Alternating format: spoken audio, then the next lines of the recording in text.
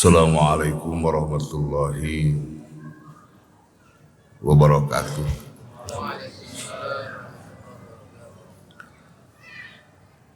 Innal hamdalillah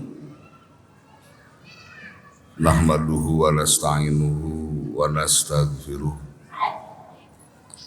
wa na'udzu billahi min syururi anfusina wa min sayyiati a'malina. May yahdihillahu fala mudhillalah wa may yudlilhu fala hadiyalah. Asyhadu an la ilaha illallah wahdahu la syarikalah wa asyhadu anna Muhammadan abduhu wa rasuluh alladzi la nabiyya ba'da. Allahumma salli ala sayyidina Muhammad ibn Abdillah wa ala alihi wa sahbihi wa mawala. Amma ba'd, faya ayyuhal hadirun ittaqullaha haqqa tuqatihi wa la tamutunna illa wa antum muslimun. A'udzu billahi minasyaitonir rajim. Bismillahirrahmanirrahim. Subhanalladzi asra bi 'abdihi lailam minal masjidil harami ilal masjidil aqsa alladzi barakna haulahu linuriyahu min ayatina innahu huwas sami'ul basir. Hadirin kaum muslimin jamaah Masjid Raya Al-Jabar yang dirahmati oleh Allah, terlebih dahulu marilah kita panjatkan puji serta syukur kehadirat Allah Subhanahu wa Ta'ala, yang mana alhamdulillah atas kudrat beserta iradatnya kita masih diberi kekuatan untuk taat menjalankan setiap hal yang diperintahkan oleh Allah Subhanahu wa Ta'ala, termasuk sholat subuh berjamaah. Semoga Allah Subhanahu wa Ta'ala menerima setiap amal yang kita lakukan. Hadirin kaum muslimin yang berbahagia, bulan ini adalah bulan Rajab, bulan penuh dengan keberkahan. Dan kita diajarkan oleh para ulama untuk selalu berdoa memohon berkah di bulan ini, di bulan Sa'ban kemudian, dan kita memohon agar disampaikan kepada bulan Ramadan. Oleh karena itu, walaupun tadi sudah dipimpin oleh imam berdoa di bulan Rajab, tidak jelek juga jika kita ulangi doa bulan Rajab ini bersama-sama. Mangga. Allahumma barik lana fi Rajab wa Sya'bana wa balighna Ramadana wa hasil maqasidana waghfir lana dzunubana. Amin ya Allah ya rabbal alamin. Hadirin kaum muslimin yang dimuliakan oleh Allah, di bulan Rajab ini ada sebuah peristiwa yang teramat agung, yaitu peristiwa Isra dan Mi'raj Kangjeng Nabi Sallallahu Alaihi Wasallam, di mana Isra dan Mi'raj ini adalah mukjizat Nabi terbesar kedua setelah Al-Quran. Hadirin yang berbahagia, sebagaimana yang kita ketahui bahwa setiap nabi pasti diberikan mukjizat oleh Allah. Setiap rasul pasti diberi mukjizat oleh Allah. Kangjeng Nabi Shallallahu Alaihi Wasallam pun demikian, diberikan mukjizat oleh Allah Subhanahu wa Ta'ala, di mana mukjizat yang diberikan oleh Allah kepada Kangjeng Nabi Muhammad Sallallahu Alaihi Wasallam adalah mukjizat-mukjizat yang mampu mengalahkan mukjizat yang telah diberikan kepada nabi-nabi sebelumnya. Sebagaimana contoh, Nabi Musa alaihi salam diberi mukjizat oleh Allah bisa mengeluarkan mata air dari batu setelah dipukul oleh tongkatnya. Fanfajarot bin husnata asrota aina. Keluar dari batu itu 12 mata air. Luar biasa, kejadian itu luar biasa. Dari dalam batu keluar air. Tetapi yang diberikan oleh Allah kepada Kangjeng Nabi Muhammad Sallallahu Alaihi Wasallam melebihi itu, di mana Kangjeng Nabi Muhammad Sallallahu Alaihi Wasallam diberi mukjizat oleh Allah bisa mengeluarkan air dari tangannya, dari jari jemari Nabi Muhammad Sallallahu Alaihi Wasallam keluar air, di mana air yang keluar dari jari jemari Kangjeng Nabi Sallallahu Alaihi Wasallam adalah air terbaik yang pernah diciptakan oleh Allah Subhanahu wa Ta'ala. Ada berbagai jenis air yang terbaik. Yang pertama adalah air yang keluar dari jari jemari Rasulullah. Air terbaik kedua adalah air yang ada di Telaga Kausar. Air terbaik ketiga adalah air dari sumur Jam-Jam.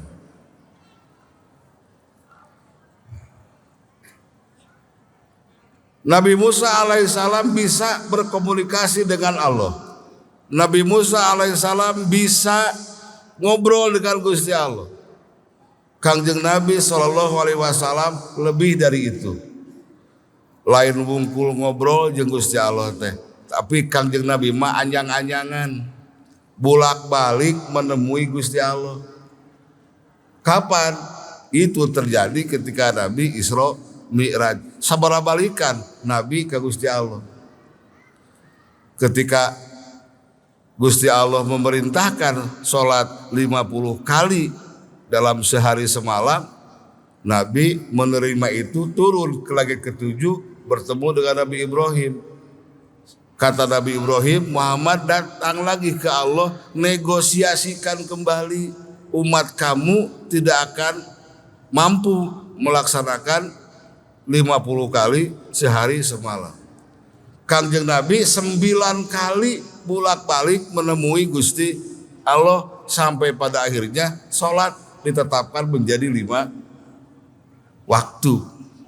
Artinya mukjizat yang diberikan oleh Allah kepada Kangjeng Nabi Muhammad Sallallahu Alaihi Wasallam melebihi yang diberikan kepada nabi-nabi sebelumnya.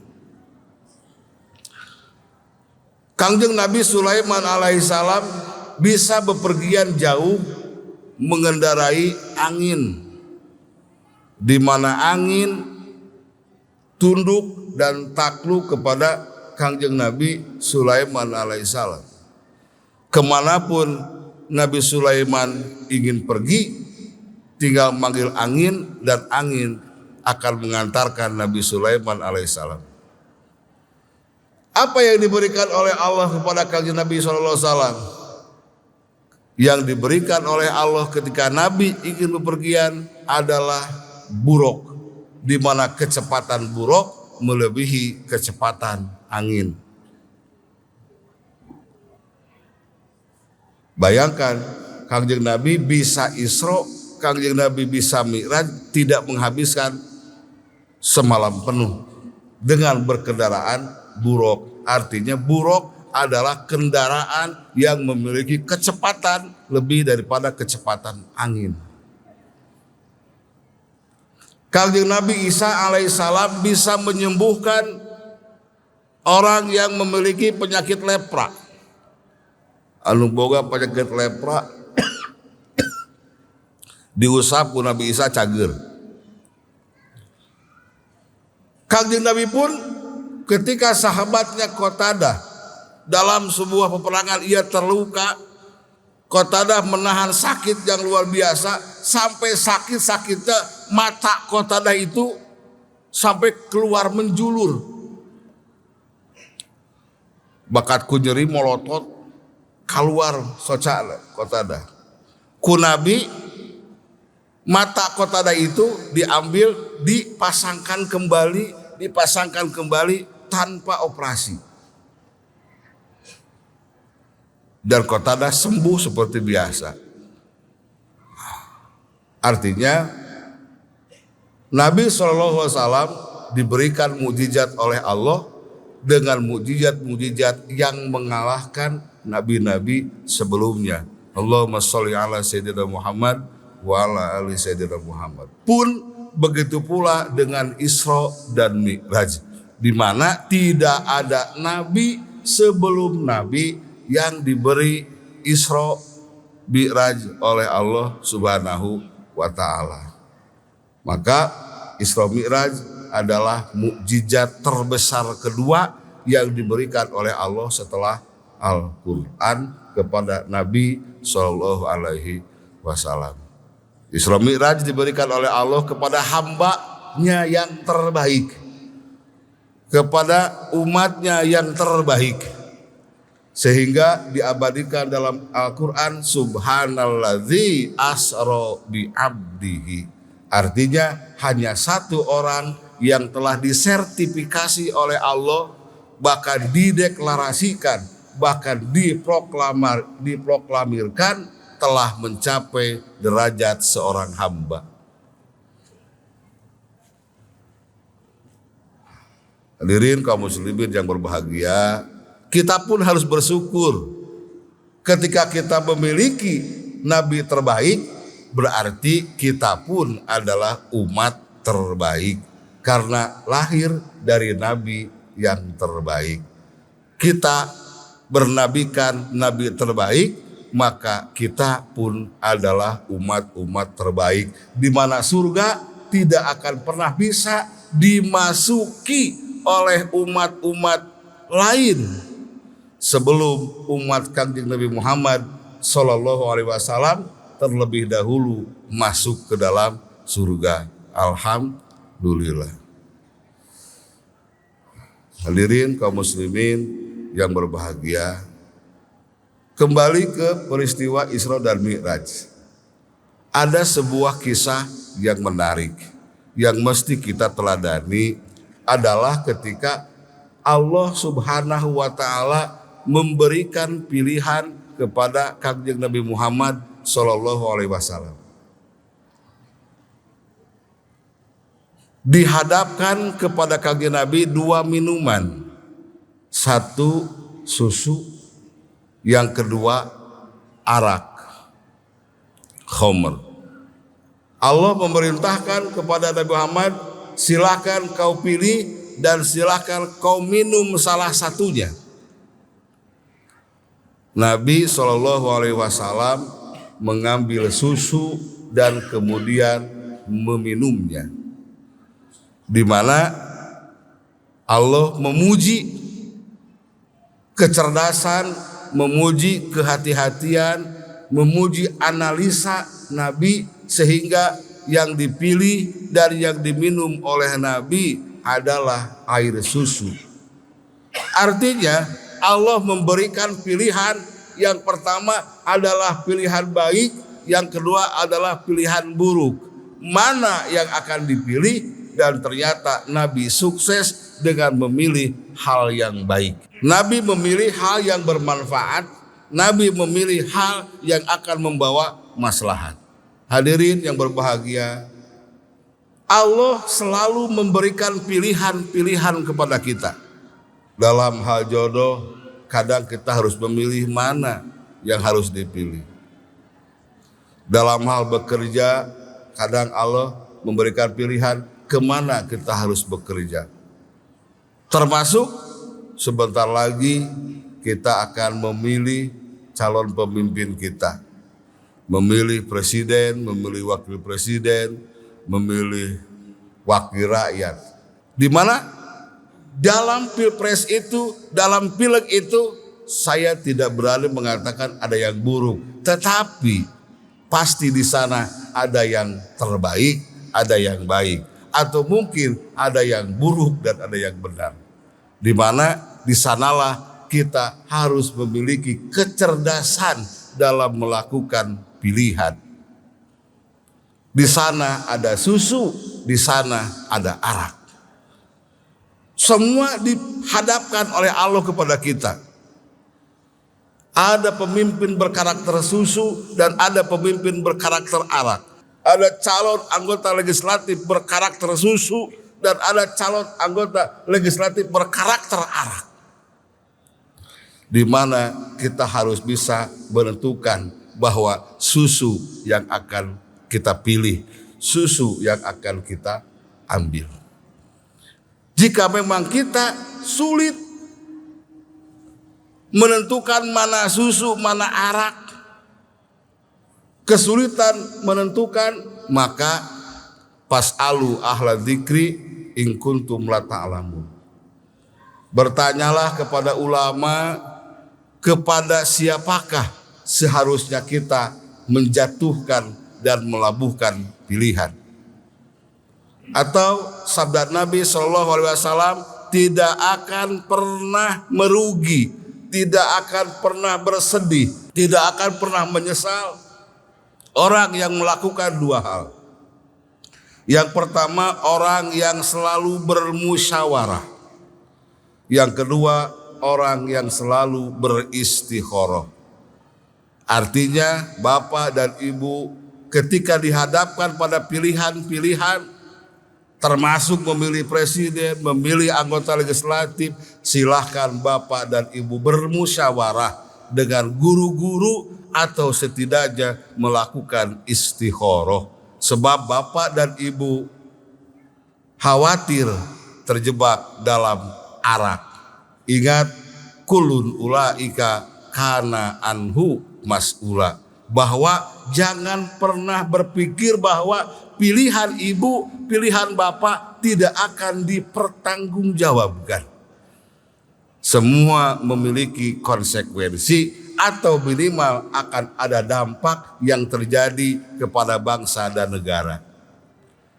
Hadirin kaum muslimin yang berbahagia, demikian yang bisa disampaikan pada saat ini. Artinya dari kisah Nabi SAW, Allah selalu memberikan pilihan-pilihan kepada kita. Artinya gunakan hati, gunakan akal, gunakan kecerdasan yang telah diberikan oleh Allah Subhanahu wa Ta'ala kepada kita semua, atau setidaknya kita lakukan sering-seringlah bermusyawarah dan sering-seringlah beristikharah. Terima kasih. Wallahul muwaffiq ila aqwamit thoriq. Hadanallahu wa iyyakum ajmain. Assalamualaikum warahmatullahi wabarakatuh.